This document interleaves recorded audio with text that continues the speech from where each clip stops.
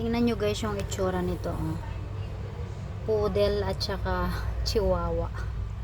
Maliit tas ang haba ng nguso. Ayan sila guys. Ganun ang mga mukha nila. Maliit sila na mahaba ang nguso. Na maiiksi ang mga tenga. Yung kay Lengleng maganda yung mukha. Itong kay Princess kamukha niya. Kaso yung size kamukha nung tatay na si Sonson yung maliit. Parang hindi bagay ba guys. Ayan, tatlo yan. Tapos yung isa nandito yung bunso, yung pinakamaliit nagdododo. Ito si Princess. Ayan si Princess guys. Ayan si Princess. Ewan ko lang kung anong mangyayari sa buhok ng mga ito pag lumaki. Baka curly din na kagaya na Princess. Nako. Poodle na chihuahua. Ito guys, ang daddy ng mga papi ni Princess. Gusto niyang puntahan si Princess. Tingnan mo si Princess oh. Ang amo-amo ng mukha. Tapos itong malditong Sonson dito. Ayan.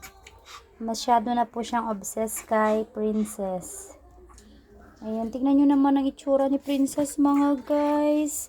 Kawawa naman ang baby princess namin na yan. Nagpapatulong pa si Sonson mga guys. Diba oh. Si Princess na lang i-video ko. Kasi ang princess namin is maganda. Mabait. Kaya lang, hindi pa siya kumakain. Ayaw niyang kumain. Ayan, ang pangit na Sonson. Sonson! Ay, what do you want? You want to go with Princess?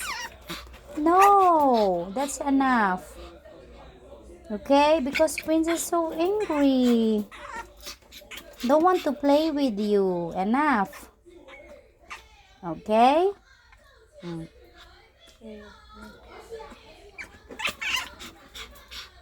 Ganyan lang po ang boses niya. Sa liit po kasi niya, ganun lang ang boses niya.